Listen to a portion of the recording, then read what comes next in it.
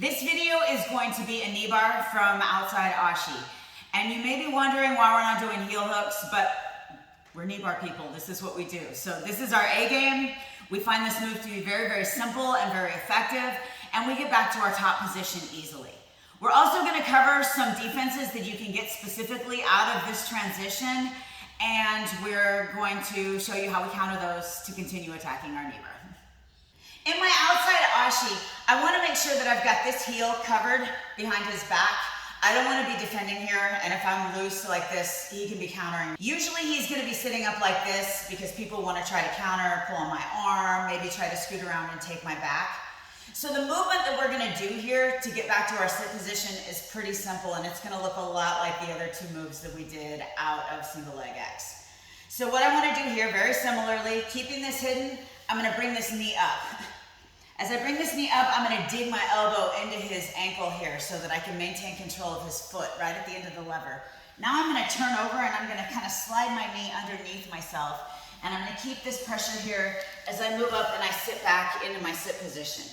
From here, in an ideal world, I'm going to have a nice, easy transition over into my Drysdale where I'm going to grab my Bendy control, put my knee back in, put my Bendy lock on, straighten the leg, and finish my Kneebar. And then I'm going to maintain my top position by getting right back up. So one of the reactions that he can give me as I transition into my sit position here is to straighten his leg. And there's a couple of reasons he might do that. As I move forward and I shift over, he may be worried about this heel hook here. I'm exposing his heel a little bit. Or he may be aware that I want to reach over and grab this leg here. So he's going to start to straighten this leg. And that actually is not a problem for me at all, because what I'm going to do is just continue to rotate around. I'm going to hook his leg here, and I've got a nice hard Kneebar that I'm hitting really, really fast. I still have control of both of his legs here, so it's not like he can spin over. And this one comes on so fast that there isn't a whole lot of defense after this.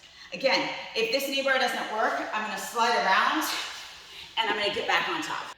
All right, the last problem he can get is what we call the leg splitting, and this was a real problem for us for a while, but I'm going to show you how we counter that as well. So as I step up and move over, once again, he knows I want this leg. So as I transition over, he's going to stretch this leg out, and he's going to put this leg on the mat here. And now he's too strong. I can't reach this. Believe it or not, this is actually some of the best defense. So what I do is I grab my own ankle here so that I continue to have control over this leg. Now what I'm going to do is I'm going to shift my weight over, and I'm going to scoop underneath this leg, and I'm going to put like an S grip on my hands. Now I'm going to sit back, and I'm going to pull him with me back to kind of an inverted position. He's really not very strong here. So what I want to do now is I'm going to grab this ankle, I'm going to throw my Bendy lock on, and I'm going to straighten his leg. I can use this arm now to kind of just stop his hips if I want to stop any movement here. But this is a really, really tight Kneebar.